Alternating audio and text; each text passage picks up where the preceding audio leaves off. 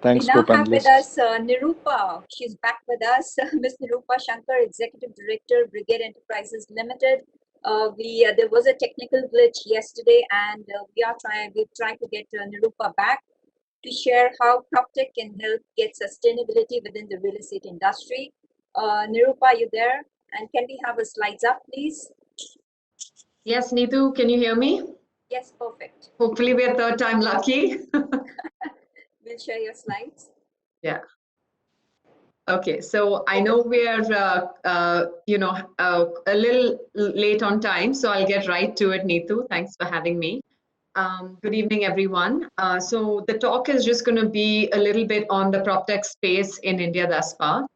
I'll quickly just run through some slides. Can you just change the slide, please? I'll just say next, so if you can just quickly turn it around. Yeah. So we all know impact of real estate has been impact of COVID-19 has been quite significant on the real estate space. There are a couple of reports by CRISIL that said that the demand for residential apartments had seen a 50% to 60% decline, but then we are still expecting almost a 60 to 80% growth in FY22.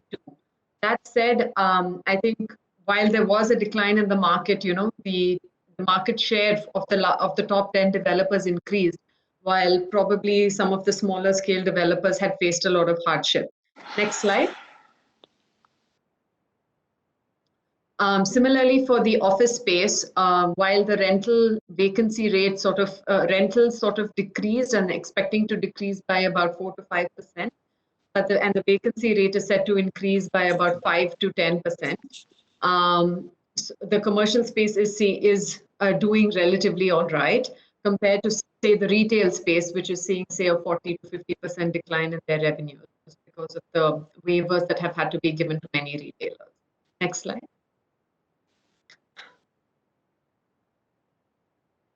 Yeah, so basically what we're trying to say is that you can just go next again. So basically what we're trying to say is that while COVID-19 Sana, have you reached? Impactful on this. So anyway, the construction space basically sees less than 1% of their revenue spent on technology. Next, please. Yeah. So going to the PropTech space, the reason why this has seen quite a bit of shift and attention in the last 5 to 6 years. If you look at it, since 2011, right, 11,000 startups have been founded in the PropTech space in real estate globally, and 17% of this 11,000 is actually just in India. So the charts show how the number of startups in the PropTech space have seen an increase over the years. Next.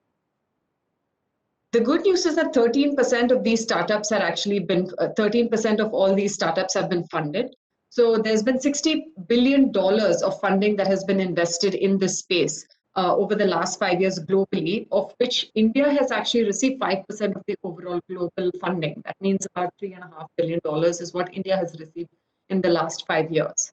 Next. Right. So the reason why PropTech is so important is now, I guess we've all had to change our way of doing business. We've had to embrace digital, especially for our sales. We've had to use AR and VR and all sorts of digital tools in order to enhance the sales bookings. Virtual is the new actual because the number of site visits are dropping or had dropped significantly in the last 2 quarters.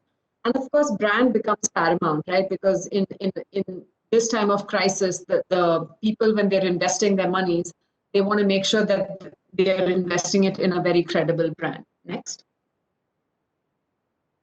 Next, please. Yeah.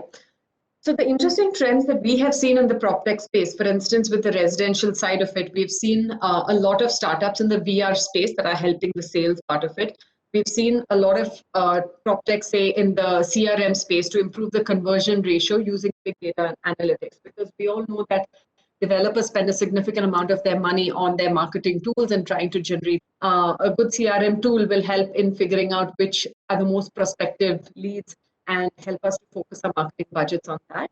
And of course, sustainability is important because a lot of consumers, while they may not be willing to pay extra for a sustainable apartment, they are looking to see which are the apartments where which are taking adequate caution with regards to water management, electricity management, rainwater harvesting, and reduction of overall energy consumption in order to reduce their CAM and their basic common area maintenance. For instance, in the office space, we've seen office, retail, and hospitality. I'm just going to combine that for the lack of time.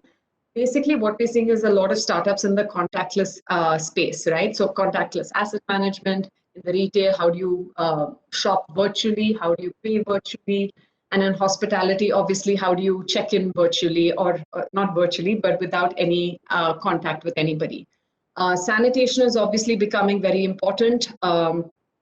People want their toilets, especially in the public spaces of office, retail, and hospitality, to be clean through UV equipment in order to ensure that any virus doesn't get spread. And obviously the air quality. The reason people are not coming back into office yet is because of the quality of the air inside. So how do you ensure that the quality of the air within the offices is also improved? And I'll just show you a couple of startups that help in this space. Next, please. Yeah. So next, please. I'll just quickly jump through the next few slides. Yeah. So for instance, WeGot is a company that helps in water management and water savings.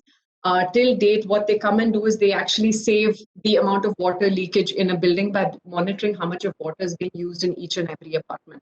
So till date, they've saved almost 3 billion liters of water over 30,000 apartments over the last few years. And so this is a great company to look out for in terms of water management for your apartment, large apartment complexes. Next. So next, I think there's a company called EcoStp. What it does is it has all your sewage treatment plants, which take up a fair amount of energy consumption. There's a lot of noise in the maintenance of this STP and in the running of this STP. So EcoStp basically uses no electricity and no chemicals, and it basically cleans the STP through various bacteria. And so doesn't require any chemicals, and basically there is zero maintenance once you set up this STP. So I'm just going to mention these startups, but you can always look at it on the Brigade REIIS website. Next. As I mentioned, there's a company called Clerico, and what they do is they improve the filtration of the indoor air quality. So if, for instance, the normal filtration can filter up to 2.5 microns, this Clerico has a filter that can go up to 0.1 micron. So it prevents even this coronavirus particle, which is as small as 0.1 or 0.2 microns, from actually getting spread within the air, because once that bad air goes through the Clerico air filters, it gets captured in that as well. So Clerico is another one that's really making some big waves in providing clean air as a service. Next. Yes, this is Livesafe, which is an amazing startup, because I've used it in my home as well. Basically, with 4G and 5G coming, the kind of radiation that all of us are subjected to in our homes is going to crazy levels. If you look at it, a typical home, because of the cell phone towers, has 1 lakh or 2 lakh plus microwatts per meter squared. But after you install the Livesafe products, which include like a mesh, which include like paint on the ceiling, they have a special like a film to put on all the glass windows. It brings it down into the appropriate levels of less than 1,000 microwatts per meter squared. So I use this in my own home because I have 2 young kids that have cell phone towers right outside the house. So this is an amazing startup that is helping people basically safeguard themselves within their own homes. Next. So next, please. You can click again. Yeah. So basically, what we have experienced since we run Brigade Real Estate Accelerator program, we come across a lot of startups, and what we've seen is that technology is basically getting a lot of attention in the real estate space now, because we all know that every developer is trying to save their costs and enhance their revenues, and whatever technology that they can come across that will help them even do that at 5% or 3% is getting a lot of attention. In fact, 6 of our own startups received funding during the lockdown, and the kind of transactions that we have seen in the last 6 months has been more than we've seen in the last couple of years. So that's it. I think my time is up, and I wouldn't want to delay the program. So thank you. You can always contact me at nirupa@brigadegroup.com or go to the Brigade REIIS website. Thank you. Nirupa, thank you so much. We were finally able to have your presentation today, and that was great insights into sustainability via PropTech. Thank you so much. Do try and join us for the upcoming session as well. I will. Thanks, Neetu. All the best for the rest of the conference. Thank you. Thanks for having me. Bye-bye.